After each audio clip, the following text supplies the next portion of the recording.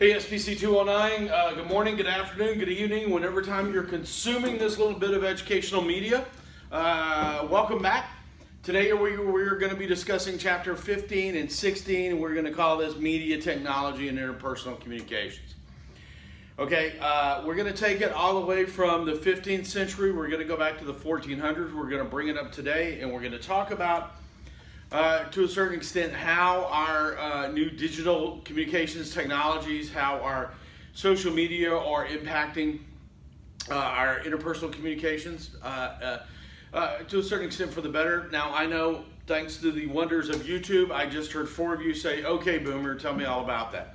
I get that, but there are still theories about interpersonal communications and concepts within interpersonal communication that will apply. And again, we've discussed in chapters in the past how mass communication applies to interpersonal communication. We're going to delve into that today. We're also going to discuss, well, let's just get into it rather than keep introducing it. So this is chapter 15 and 16. Now, there's a lot of these two chapters. I combined them because a lot of it really sort of overlaps, and there's a lot of stuff that really isn't relevant. To be honest with you, I think they were using the last 2 chapters to sort of pad the length of the book when they were trying to sell it, to make it a little bit more, hefty, put some weight to it. So I've skipped all of that. But the one thing we want to jump into right off the bat is we're going to talk about the history of mass media. Now, a lot of people, if you ask them, when do you think mass media started, they would say, hey, listen, maybe TV in the 1950s. And that's an arguable point. Some other people would say the radio in the 1920s, and that is an arguable point as well. But what I'm going to tell you is that by our current definitions of mass media, it started, and I'm going to write this way up here, the 15th century. And the big technological development in the 15th century was Gutenberg's movable press. Now, what you're going to see from a lot of inventions concerning mass communications and mass media isn't that an individual invented anything, okay? The people we credit with inventing the TV, Alexander Graham Bell, didn't necessarily invent the telephone. Marconi didn't necessarily invent the radio. But what there was a lot of existing technologies out there that one person brought together and was able to mass produce or produce in large numbers enough to where it would have an impact on culture. So movable type had already existed. The idea of putting print on the type and then pressing it to the page had already been invented. The ability to produce large amounts of paper relatively cheaply had already been invented. But the idea of moving the typeface onto the paper and have the paper on a flat surface, then have it, you pull the paper out and you move it, speeds up the rate at which you can print. So in the 15th century, the big leap forward in mass communication is simply the book. So before the 15th century, if you wanted to print a book, and you've seen it all in the movies, Vikings, the TV show, had a long episode about people that were trained just to sit in dark rooms and copy text, and usually it was the Bible. There were some other books, but mostly, some of the writings of some of the great religious philosophers, something like St. Thomas Aquinas, things like that. But for the most part, it was the books of the Bible. And if you were going to put all that effort into it, and if a very rich person was going to put the money forward, they wanted it nice. So it was all printed on vellum, or it was all printed literally on sheepskin. It was all done with beautiful calligraphy. It had beautiful artwork on it, and the best example of this is the Book of Kells, which was found in Ireland. It's now at the Museum of the University of Dublin, if you ever get a chance to go see it. Just a page is stunningly beautiful. It is beautifully preserved, I think from like the 13th or 14th centuries. But these things took tens of thousands of worker hours to produce. But when Gutenberg invents what we call now the movable printing press, he now makes it available for an author, a person with an idea, to package that idea in a way that it goes out more than just one-to-one. Okay? And suddenly there's a need for literacy. You know, the reason that people in the Dark Ages were illiterate wasn't because they were stupid, wasn't because they couldn't understand how to read, it's because they didn't have anything to read. You would go through, and William Manchester in his book, A World Lit Only by Fire, goes into a brilliant discussion of how the fact that someone living in the 10th, 11th century in Europe would spend their entire lives, and this is the vast majority of people, would spend their entire lives without ever looking at a printed page. Ever. They would never see it. They would never see a map. They would never see anything represented on paper. Okay? So Gutenberg in the 15th century comes up with a way for an individual to come up with an idea and then to communicate that idea to a large number of people through the repetitious printing of their books. Okay? So this was the first step in mass communication. Now, how many thousands of books would an individual get printed? I mean, now we would consider it relatively small. But back then, it was revolutionary that people could get together from different countries or from different parts of a country and come together, if they were literate, and discuss the same ideas that they had read separately. That was an entirely new construct in at least Western history. Yes, I will openly admit that certain Asian cultures like Japan and China were also moving along these same lines. There's no doubt about that. But again, and this is a very Eurocentric model that we're going to be following today, unfortunately. Okay, the next event, the next big jump forward is 300 years later. In the 18th century, when we begin to print newspapers. Okay. Now, newspapers that were beginning to be printed in the 18th century, which is the 1700s, there had been papers before that, but really they exploded across the landscape in the 1700s and into the 18th and 19th century. They started out not like anything we are used to seeing as a newspaper. They would be one page. They would be printed on the front. They would more. It wasn't necessarily to convey news as we understand it now. It was more of an attempt for the printer to make some extra money. I mean, you could print out a small sheet of paper with some humorous items on it, maybe one or two items of interest from the local area. Maybe in the event of the death of the sovereign back in England, you would print up an article about that. But mostly it was just a chance for the printer to make a penny for a copy, or even a halfpence, which is half a penny, for a newspaper. And it was a chance for them to generate some income. Now, in larger cities, they began the idea of the newspaper, as we understand it, began much more quickly, because they would have news there locally, and all of that would become part of the newspapers that we understand today. But the newspapers began to disseminate across a broad market.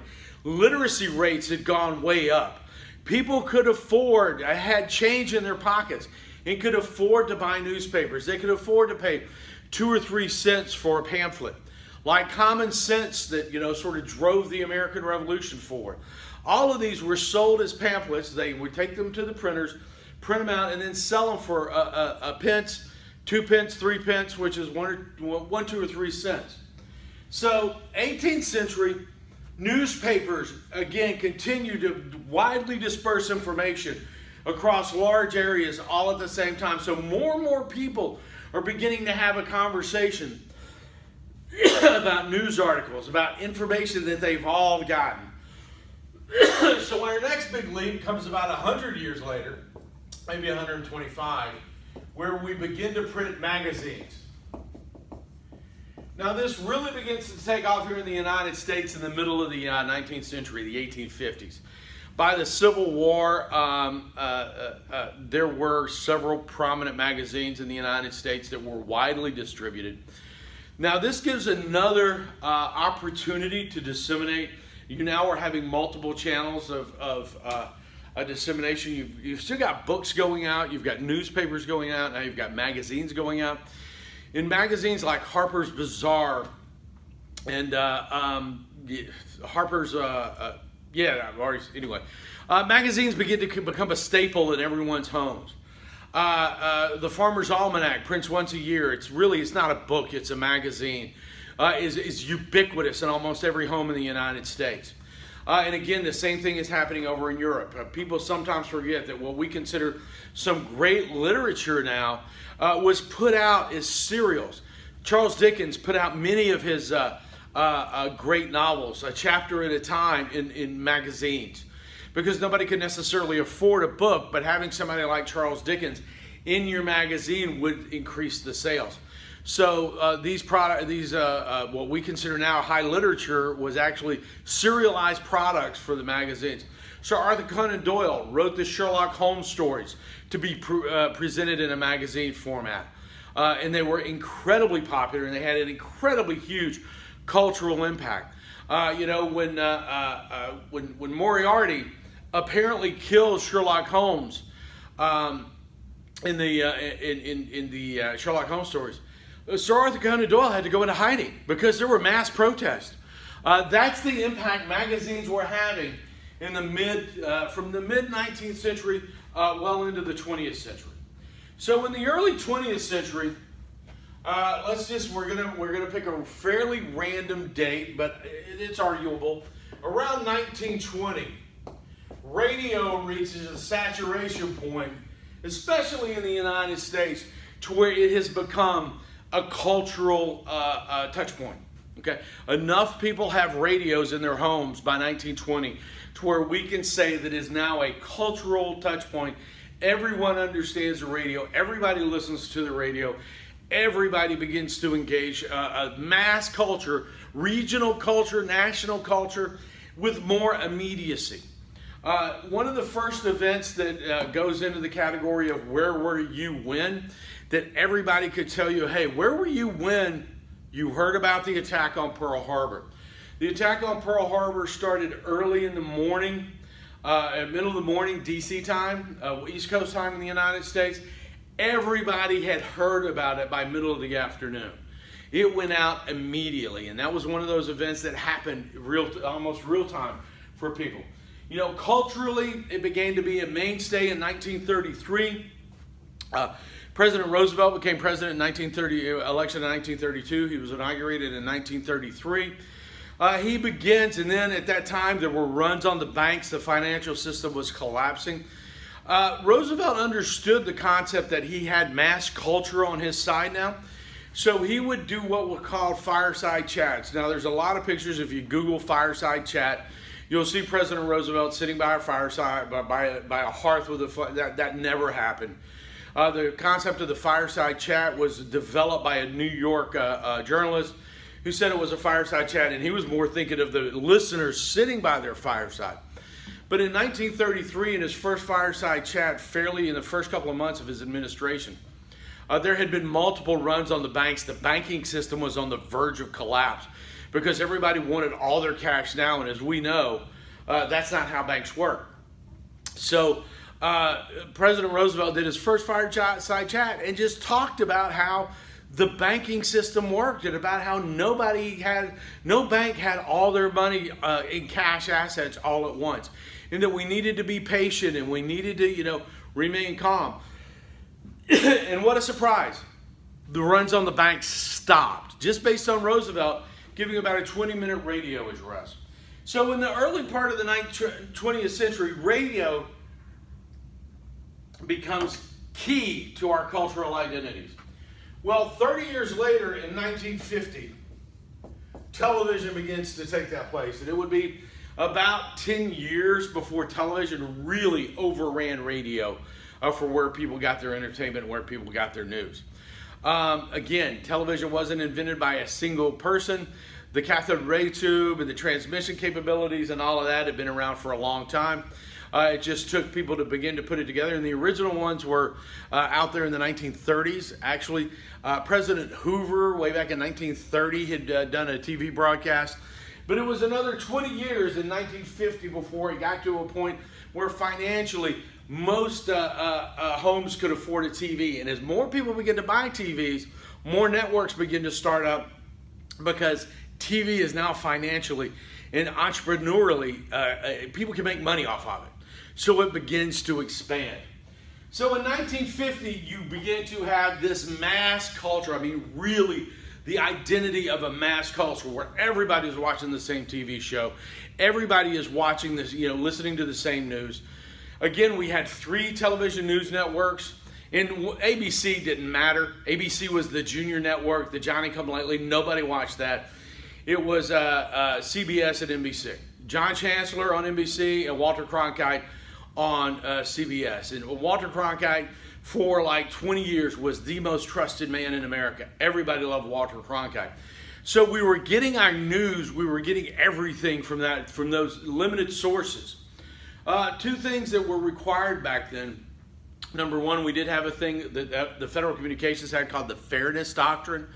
And the Fairness Doctrine required you to be fair. And if you weren't fair, people could complain to the FCC. So there was some attempt to moderate the news that was being broadcast and keep it to a certain level of fairness.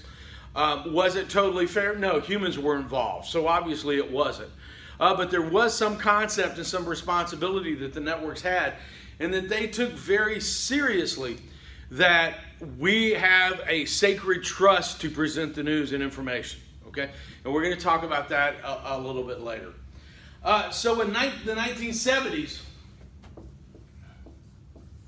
we begin to get cable television. Again, if you haven't noticed, we're beginning to shorten the spaces between these major events. Now, why cable television is important in the 1970s is because then not everyone is watching the same thing on television. My buddy Kenny, when I was in high school, I graduated from high school in 1979. Of all our friends, Kenny and his parents were the only ones that had cable. I had 250 people in my high school graduating class. I had probably a group of friends of about 10 or 50 people that I was really close to. Kenny's folks were the only ones that had cable. That was it, just them. So every night, every Friday, either Friday or Saturday night, until his parents got sick of us and told us to get out, we were over at their house watching HBO. Didn't make any difference what HBO was showing, but we went to see HBO. And you begin to get that, not only that select sort of you're privileged and you get access to this, you're not going to pay for it, so you don't get access to this. And I can tell you, my parents didn't get cable in their house until, if I had to guess, 91 or 92. Okay, and that was because they moved out. I mean, cable was not ubiquitous like it is now. But what cable TV does in the 1970s, entrepreneurs begin to say, hey, listen, I can buy cable time and I can build a cable station cheaper and easier and reach a regional and later a national market with just a small investment. And the key example of this is Ted Turner over in Atlanta bought a TV station relatively cheap, never intending necessarily to focus on that Atlanta market. He changed the call letters to WTBS, Turner Broadcasting System, okay, which is a bit of a vanity project, but he's a billionaire. He can get away with it. And he builds, so first he starts broadcasting. He goes on to cable. He gets a lot of people in the late 90s, early 80s. He starts broadcasting Atlanta Braves baseball games, and he starts getting it on cable. And that builds, and it doesn't go very far initially. It's all in the South. But he starts branding the Atlanta Braves as America's team because he was getting WTBS, which later became TBS, into homes all over the nation. And it made Atlanta a phenomenally profitable baseball team. And you see that a lot of Atlanta's success as a World Series winner and all that good stuff comes after Ted Turner takes them regional. It means he's making more money off the television revenues off cable than he is from ticket sales at horrible Fulton County Stadium, which I admit was one of the worst baseball stadiums in the world. When they tore it down, I did not cry for that stadium. Okay, but that's off the subject. But in 1970s, we're no longer broadcasting. We're now narrowcasting. We're putting stuff out there, and it's behind what we now call a paywall, and not everybody has access to it. The next big deal is about 10 to 15 years later. We're going to say 20, but that's not accurate, and that's the internet. So by the 1990s, again, entrepreneurs start looking at the internet. Entrepreneurs begin to realize they can make money on the internet. Entrepreneurs start beginning to realize that you can set up websites, okay, and you can either use that to generate income on other systems and other venues. If you want to see a perfect example of that, I think from 1996, go back and look and go to spacejam.com. The original Space Jam movie with Michael Jordan and Charles Barkley and all those guys from the 90s is still up. It has not been changed, at least the last time I checked a couple of weeks ago. That website drove a ton of traffic onto the internet because people wanted to see the website that went with the movie. It was the first one that had ever done that. And congratulations to that network for just leaving that cultural artifact untouched for all these many years. But people began to realize that if I get on the internet, and the internet began to reach saturation points to where everyone could get access to it. In 1992, I got on my first, what were then known as, it wasn't I forget what they call them, but there was basically chat rooms that were run by these networks, and General Electric had one called Genie. And I remember I paid like $12 a month for that, and then AOL became the ubiquitous. You know, you got those floppy disks in the mail. Yeah, there were floppy disks in the mail every day. Then you got CDs in the mail every day. Where you loaded the AOL software, and then you participated in their service. And AOL for a long time made a ton of money. And then you had the browser wars between Netscape and others. And Netscape, although initially they won, they soon but I mean, there was billions of dollars to be made off of that. And the tech economy really got roaring in the 1990s. So people began to make a lot of money. And in the 2000s,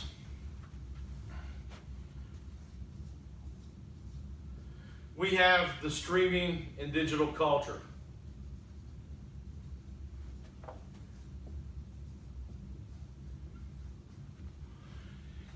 And this streaming culture has completely changed the way we consume mass media. And some people will even say it is the death of mass media. Your ability to go out and take content from the sites you choose has completely overhauled, nearly 600 years of mass communications. And I'm going to show you how that works. So let's take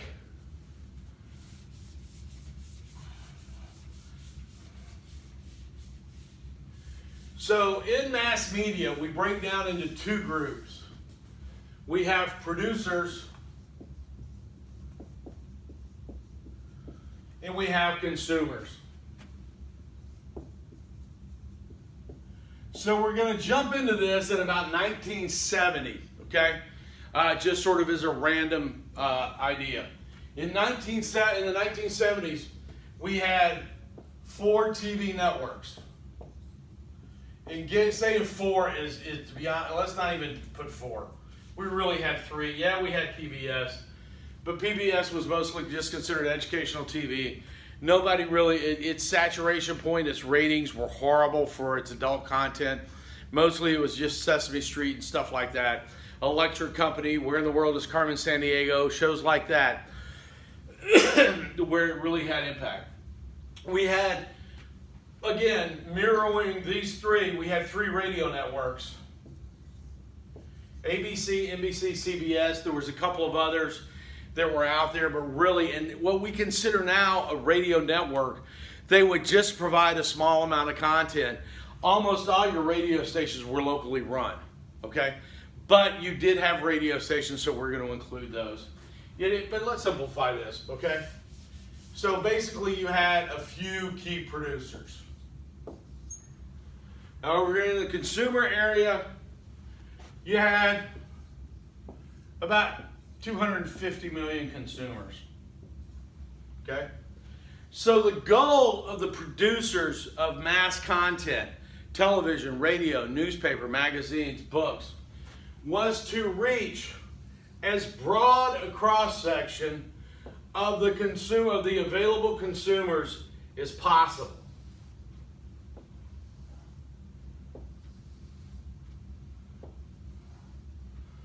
Okay? And it was driven by the producers. You didn't get to choose content, okay? You had 4 outlets for TV at the most in the mid-1970s. There were some massive markets like LA, New York, Chicago, where there were independent stations, okay? In even big markets, not massive market, but big markets like Atlanta, independent stations would pop up and then disappear. You basically had 4 television outlets that were producing content. ABC, NBC, and again, we'll throw in PBS. So they would push that out. We as consumers simply just took it in. We had some small choices, but we didn't really have a whole lot of power to select our content. We had like 3 choices on any given night. Where my wife grew up in Newbury, Vermont, which is a town of about 500, just short of the Canadian border, they had 3 TV stations, and one of those was Canadian. Okay? They didn't even have ABC, and they certainly didn't have PBS. Okay? So that was the model that ran. The producers could be publishers of books, publishers of newspapers, publishers of magazines. You produced content to reach the greatest number of viewers or consumers. Well, with the advent of cable television, and then as we move through and we begin to bring in the internet, and then we really go to the streaming economy that we've got now, this completely changes. Okay? So the number of consumers really don't change that much. All right? You add, we go from 250 million to about 330 million. So you do get a few more consumers. But the real impact is over here, where you go from 4 producers to really an innumerable. You cannot identify the number of producers. Because even here at Aiken Technical College, I have had, I don't know how many students come in here, and one of the things I ask them to do in SBC 205 is to tell us what you do for a living. And I've had probably 8 or 9 people here at Aiken Technical College that have said, I'm a YouTuber and I make money that way. And they seriously, here in Aiken County, South Carolina, are making enough money off YouTube to have an income that's sufficient to provide for their needs. So with all these people producing, all these producers of content, there is no way that you're going to be able to cast broadly to hit these people. So now the consumer of the media is in the driver's seat. They will go to individual producers to get their content. Okay? So most mass media, what we call mass media producers, are no longer broadcasting. They are, by their very definition, narrowcasting. And that has a massive impact on culture. And it has a massive impact on communications. We're going to talk about that in just a couple of minutes. But what it also is there is no more mass culture. Okay? The Winds of War and War Remembrance, which was we used to have mini-series. They would now call them limited series. They were shows that they would produce and run on, the Winds of War ran on ABC. It ran 8 nights 1 year, and then 3 years later they came back and ran War Remembrance, which was ran for a total of 48 hours. 24 hours. The entire country was welded to ABC. Upwards of 100 million people would watch that every night. And there was no VCRs or DVRs or anything like that. You had to watch it when it was on. So when we came back in the next morning, to work the next morning or to school the next morning, everybody had watched it and everybody could comment on it. I remember when MASH ended, MASH was a sitcom about the Korean War that had been on about 12 years. When that ended, it was the highest rated non-sports TV show for decades. Everybody literally had watched it. So when you came in the next morning, everybody was talking about it. Now, you get something incredibly popular like Game of Thrones, and I think like 30 million people watched it the night it aired. and everybody considers it a massively popular, it is not massively popular. That's why shows like Grey's Anatomy are on for the 17th or 16th or 17th season. Because the market is so saturated now, it takes very little to make to have a successful show. 12 million people is considered a successful show, when in the past, when we had those few producers, 80 million people watching was not unusual. Today, those would be phenomenal numbers. Okay? Now, when I was, before this, the idea of a spoiler didn't exist. Okay? You were able to come and talk to it next to the water cooler every day because everybody had seen it the night before. We had to, in my last office I worked in before I retired from the Federal Service, we actually had to set up rules for spoilers. Okay? The next day after, if you were going to just give a spoiler, it was your responsibility to announce that you were going to give a spoiler so that anybody who had not seen the program could get up and leave. Okay?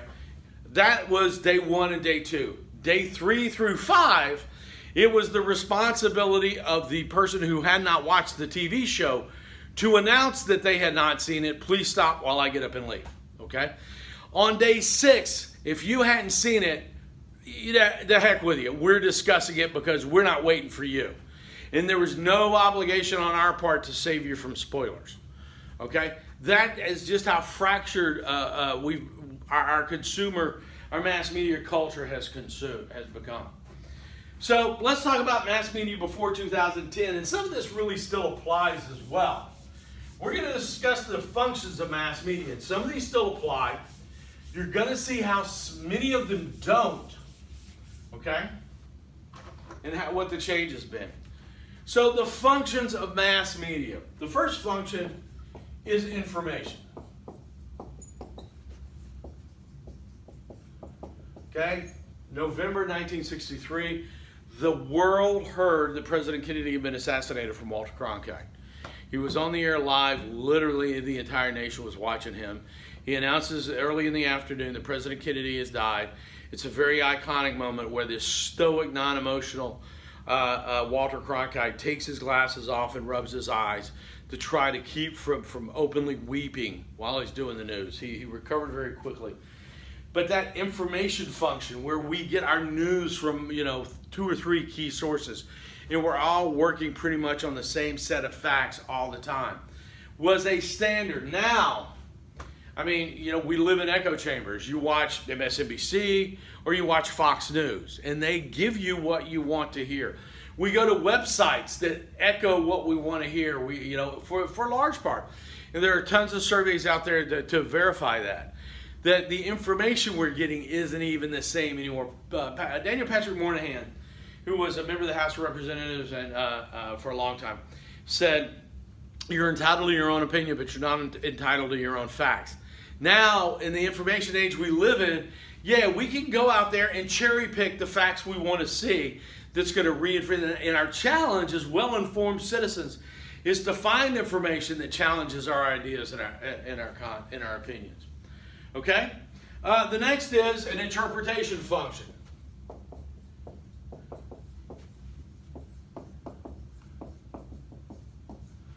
Contextualization or editorializing on the news. Okay? It wasn't always ethical, to be completely honest with you. William Randolph Hearst, who owned almost all the big newspapers in the United States back at the turn of the 20th century, in the 1890s, thought we needed to seize Cuba. So through what's called yellow journalism, he ginned up a war with the empire, in the Spanish Empire. And we didn't go to war solely because William Randolph Hearst wanted to, but William Randolph Hearst sort of eliminated the possibility of peace. That being said, sometimes, like Roosevelt, when he did his fireside chat on the runs on the banks, we need interpretation so that we can understand really large events, because none of us are experts on everything. Okay, so that interpretation was an important function. Interpretation is now a lot of all we get. In many quote-unquote news outlets, interpretation is all we get. Okay, so we need to be aware of what's interpretation and what's not. Okay, 3. It can be instructive. Now, during the coronavirus outbreak of 2020, there was a lot of instructive information out there on television. We've been seeing it every day. Okay, and everybody was fully aware of that. That goes back to, it happened with SARS, it happened with MERS. It also happens, with Y2K. Every day, and if you guys don't know what Y2K is, it was the 2000 bug. When the computers rolled over from 1999 to 2000, there was this big worry because the coders had saved and only used two spaces for the year. They were afraid that when it went from 99 to 00, the computers would all blow up. So billions of dollars was spent to make sure corporate and government computers were safe. Then they also spent billions, it's been billions trying to tell you how to keep your stuff personally safe. Okay? There's a bonding function.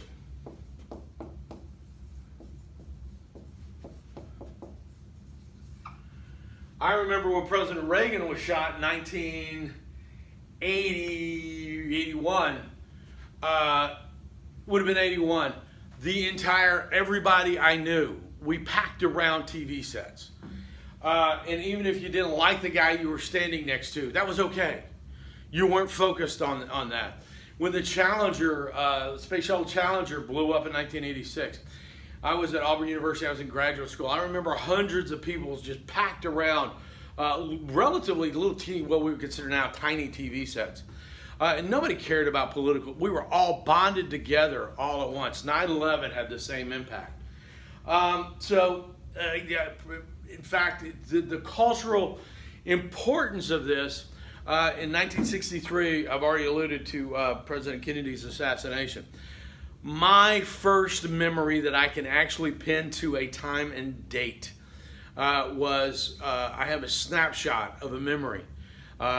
It's in color, and I've talked to neuroscientists and psychologists about why that's important, because that gives it more credibility as a real memory as opposed to one that's imposed on me.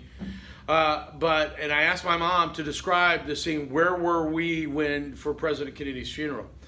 And she said, well, we were sitting in the den. We'd invited a family friend over. She was sitting on the couch with her. My brother and I were sitting on the floor over in the corner of the den of our house in Center Point, Alabama. We had a black and white TV set sitting on a little stand that they used to be on. And she described that to me, and I added in a few details, and she said, there's no way you remember that. You were barely 2 years old. I was about 27, 28 months old. But then I come to find out that, that's a legit memory I have. And that is a memory everybody that was alive then had. So that bonding function is key. And then this is something that is still, there's a diversion function. If you look at the surge on networks like,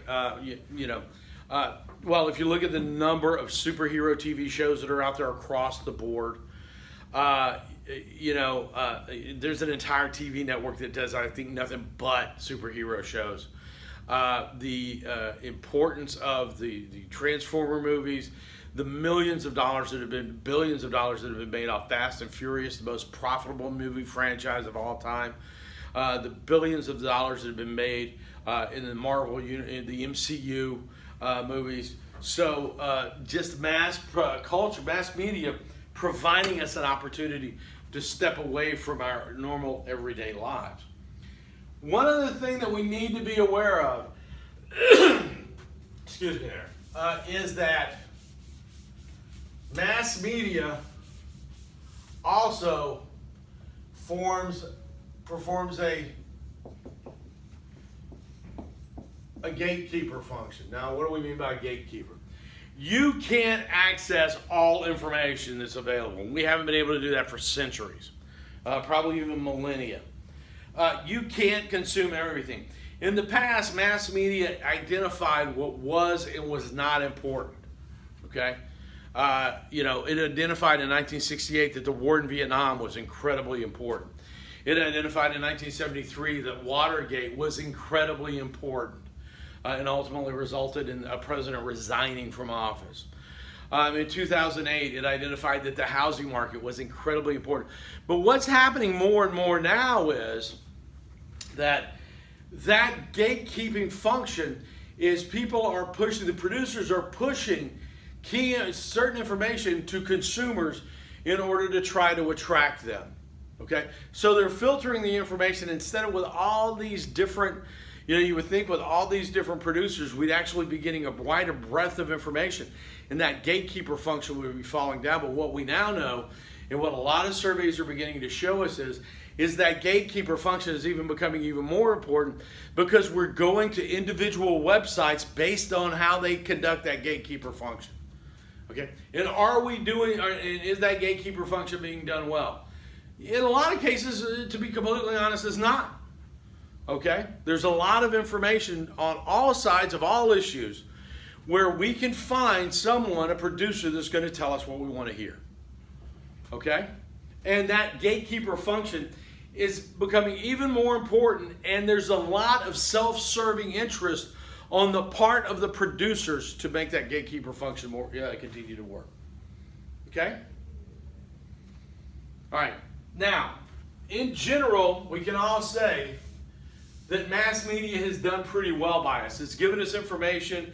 It's told us. It's given us some, how to interpret, instructive, bonding, all those things.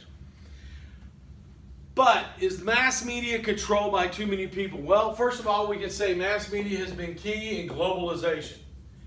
Now, globalization was the watchword for the late 20th century. Now we begin to realize, globalization may not be the best thing in the history of the planet. Okay, and in fact, it may be what ultimately kills the planet. Because as globalization continues, the big economies in the world, the United States, Europe, China, begin to dominate the world more and more. In fact, there's all sorts of talk about neo-colonialism, where we don't go in and conquer a country, we just get them so in debt to us they have to do what we tell them to do. Okay, and to pay off those debts, developing countries, will kill off whole forests, will dam rivers and flood, economically sensitive areas. Okay.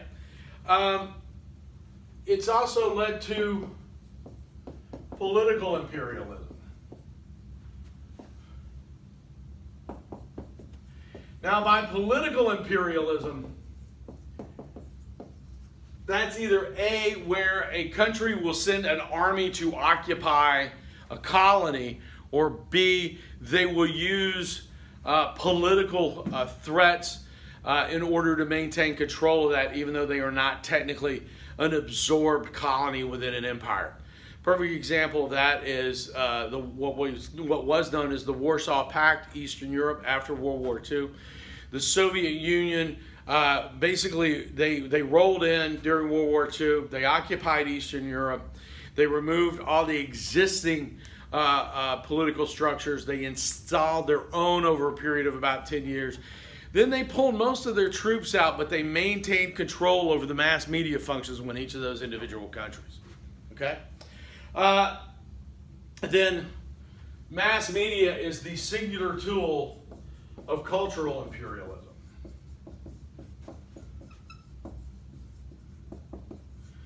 Cultural imperialism is simply this, and the best example I can give you is in 1998, when we moved to the United Kingdom for 5 years. The 5 most popular shows on TV were American. Friends was the number 1 most popular show in the United Kingdom in 1998. Why? Well, because it was a good show at that time. Okay, you can argue whether or not Friends was a good show, but it was popular. It met the need. Magnum P.I. was massively popular there. American music was massively popular there. So it's kind of the reverse of the British invasion from the 1960s. That kind of swung around later. But to fight back against cultural imperialism, some countries like Canada, massive neighbor to the south, Canada, it used to be 30% of all content played on Canadian radio stations had to be from Canadian artists. Because they realized if they didn't do that, there would be no Canadian music industry. They would just be absorbed by the American music industry. Okay? And with, again, the most popular television show in the history of the world, Baywatch. Okay? David Hasselhoff, the whole crowd, was the most popular show in the world. Afterwards, that made the most popular, and it still stands as being the most popular show in world history, watched by more people. Then it sort of dropped off. The next world's most popular show didn't reach Baywatch proportions, but Top Gear from the BBC was watched in more nations than any other show when it, at the time when it was airing in like 100 nations around the world. And again, we don't see Chinese shows like that. We don't see African shows with that kind of impact. We don't see Indian shows or really any Asian shows at all that have that kind of an impact on world culture. And that is what's called, that is referred to as cultural imperialism. Okay? So, that's the past. Let's sort of look at the present and see how this streaming digital is having an impact. Okay? We now have massive freedoms in choosing the media we consume. We now live in a world where we can be constantly connected. Okay? We make a big deal of programming days when we're not on our phones. And we think that we're virtuous for doing that. We talk about how connectivity runs our lives. And we complain about, you're having a very, and it's happened to me, and oh man, this pisses me off. Where somebody's phone will go off and we're at a very expensive restaurant, we're having a very, couple of couples having a very good dinner, and they'll go, oh, I got to take this. No, you don't. But they think they do. That's how our connectivity is driving our lives. Our bosses now are complaining, and it talks about it in the book. I've heard this before, cyber slacking, where they come around and find their employees who are connected to the internet because they have to be, because the business is run on the internet. And they come around and find them playing games online. Companies have tried to block World of Warcraft and have been very unsuccessful at doing it because somebody will hack through the firewalls so they can play at work. This level of connectivity is changing how we network and who we consider to be friends. Okay? And it's not just Facebook friends, but it's just changing the nature of our friends. Let me give you a little personal example. I met Jeff in April of 1984 when I was left basic training and went to Fort Huachuca, Arizona for my advanced training in the Army. Jeff was my age, college graduate, recent college graduate, again with a degree in liberal arts like me, so he enlisted in the Army because there weren't a lot of good jobs out there. He had a degree in music. We went to the Defense Language Institute. We spent 16 months together. Learning Arabic. He went off to Fort Stewart, Georgia to serve with the 24th Infantry Division. I got discharged to go to graduate school. Completed that. Did my time in the Reserves and National Guard. I got out. Jeff spent 4 years in, got out, went back to California, joined the California Army National Guard, where he worked in an intelligence battalion. A couple of years after that, he got his master's degree in music. Left the Army National Guard, joined the Air National Guard. He also went to work for the LA County school system, where he's been working for the last 30 years. Just last week, he retired as a senior master sergeant in the California Air National Guard. He was a lead bandsman. He'd been in the the Air National Guard band of California. He just retired a couple of weeks ago. A couple of the old guys from AIT that live out in California went to his retirement ceremony. I saw a lot of photos from it. Now, one thing you need to know about me and Jeff, from the time he left in 1985 until the time he reached out to me on Facebook through a Facebook message about 15 months ago, Jeff and I had absolutely no contact whatsoever. Okay, didn't talk to him, didn't hear from him. Occasionally when you go flipping through the photo albums, you see all the old guys you were in the Army with. I'd wonder what had happened to him, but never really had any real information on him until he reaches out to me. And then, and again, we exchanged a couple of messages, but really nothing very much detail. I've just watched his Facebook feed and learned all that about him. So in the past, my father, who was also in the Army, served in Korea, when he lost contact with friends, they were gone. They were, unless they bumped into each other somewhere along the line, they had no real chance of a real idea that they would ever reconnect. That's changed now, and will change forever. Okay? So what we have now is what's called and is referred to in the book as dormant networks.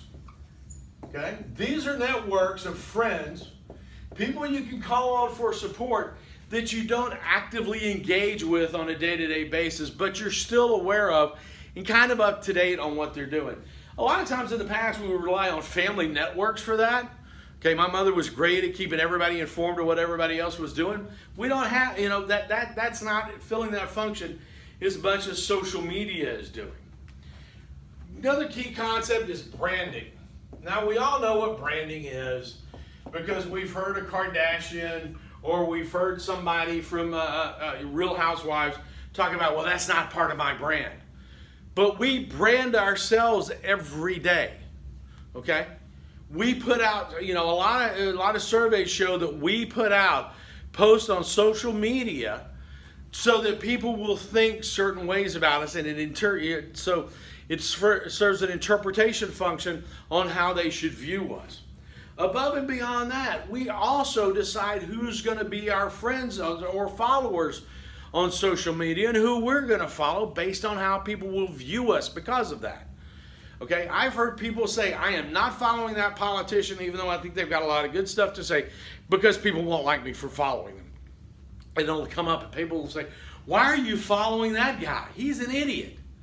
Okay? And we think, so we sort of intuitively know that who we're friends with on social media will affect how people affect us. And then under branding, the most brutal end of it is, should something you say on social media in a personal, in a non-work related forum cost you your job? Okay? Used to be in the old days, you get in a fight at a bar, you say something rude and crude to them, something that you would not normally say, but anger has gotten the best of you, and it vanishes about 13 seconds later when the fight breaks up and everybody goes home. Nobody knows about it, but you post something on the internet and it's there forever. Okay? And people will say things in anger. People will say things drunk. People will say things that they may or may not believe. Okay? And may or may not even thought about. All right? And it sticks with them, and that changes their brand. The military right now is going through a huge situation where a lot of people are retweeting things without even thinking about it that are coming from white nationalist sources, okay? And they're having to deal with that within the military to say, hey, listen, you are a representative. If you're a Marine, a sailor, a soldier, an airman, you represent our brand, and your brand is not compatible with our brand, so it's time for you to leave. You're getting a discharge, okay? So branding has become incredibly important. And more than any time in history, self-disclosure is a core function. Self-disclosure is a core function of our relationships. Yeah, friendship and close relationships have always been involved self-disclosure. But I've been friends with people based on our ability to have a conversation about politics, based on our ability to have a conversation about sports, based on our ability to have conversation about TV, and I've never really known all that much about them. Now, self-disclosure has become more and more. We have to feel like that we're driving all of this. And we know them by their self-disclosure. Now, so how does all this work in the modern day world? Well, at first, you're going to find this really hard to believe. Counterintuitively, is the first people who really sort of nugged out that social media in this digital age of friends that you never see, or these kind of ideas of a dormant network of a group of friends that you don't have to interact with personally on even at all, much less a semi-regular basis at all. The first people who sort of sussed this out was the country music industry. Country music had built its brand through the 50s, 60s, and into the 70s of being a tight, intimate family, and these producers of country music, the artists, the record companies, worked really hard to keep country music as a small, intimate genre of music. They didn't play stadiums. Johnny Cash did not play. Merle Haggard, Loretta Lynn, Patsy Cline did not appear before, did not sell out Shea Stadium like the Beatles did not sell out Comiskey Park like the Rolling Stones did. They played small venues of 500 to 2,000, and they played a lot of them. But it was that small intimacy that built up this massive fan loyalty. Well, in the 1990s, guys like Garth Brooks, George Strait, Lyle Lovett, all these guys, Dwight Yoakam came along and started selling out coliseums. And country music began to push its way into the dominant musical genre, at least the most popular musical genre in the country. And the country music industry began to realize that they were losing some of that intimacy, that concept of where you thought of the artist as a friend or even a family member. And what they began to do is they began to very creatively create events, commercial events that people were willing to pay for. Like they would have Fan Week before the Academy of Country Music would have their big award show for a week down in Nashville. They'd take over the fairgrounds and they would bring everybody in so that you could meet your favorite artists. And all the different record producer companies would have tents, and so you could build that from. Well, then they just shifted that naturally over to the internet, where you see some of the most followed, most active social media celebrities are country music people. I mean, Luke Bryan's popping up all the time. He's always on. All these guys are always on Twitter. They're always on TikTok or whatever the social media platform is this week. Those are all, okay, Boomer, I heard you say that. They're always showing up on that, and they are really working that very, very hard. And that's as an industry, and now other people are clearly, other popular music acts are doing it, but they really sort of pushed it forward. But after country music started showing this could work, really, the people who took it next was the adult entertainment industry, where they got their stars on the internet, on social media, so that people, their fans, could feel like they were developing an individual relationship. And then they began to have conventions where you could come in and meet your favorite stars. And their stars were, for a long time, very active on Twitter. Now that industry is good, bad, or indifferent, argue it any way you want, is beginning to break down as a whole. It still generates $6 to $12 billion a year. But still, the way the industry was run previously, it's at a period of transition now. And there's, if you're interested, there's a ton of academic articles on that sort of thing. But that, and again, it seems kind of weird, but the adult entertainment industry's model, while it's breaking down for them and not necessarily working like it used to, a lot of our influencers today have taken that model and pushed it forward even further. You can't, that model that where I'm going to tweet to you and I'm going to talk to you and I'm going to, Instagram to you like you're my best buddy, okay, is now the part and parcel of billions of dollars of industry every day. Okay, so while we say overall that it's been the death of mass culture, really what we've done is we're now sort of disguising mass culture in the terms of our interpersonal relationships. He said, bringing it around full circle to interpersonal communications, SPC 209. Okay? So that is technology, mass communications, and interpersonal relations. I don't know how this story ends. I don't have a good, clean ending for you because there is no way to tell how this story is going to end. Like I said, we'll see developments in the next 10 years that we never saw coming. I don't think this is plateaued or coming anywhere close to plateauing. But again, as you consume media in the future, think about what we've talked about today and how you're overlaying your ideas of how friends conduct themselves, about how networks conduct themselves, about how small groups conduct themselves, and apply it to people that are spread across 4 continents. Apply it to people who never meet and yet consider themselves to be great friends. Think about dormant networks and things like that as you move forward, building your own networks. And again, I would tell you, if you are on LinkedIn, that's a network, that's a business network of a bunch of people you hardly even know. Okay? All right, so that's it. The next thing you'll be seeing from me is a review for the final, and I will be posting that online here as well. That'll come out sometime, maybe the next, however long it will be. Whenever the final is, it'll be out. It should be out a lot of time before the final, so you get a chance to study. All right, take care, stay safe, and we will see you around.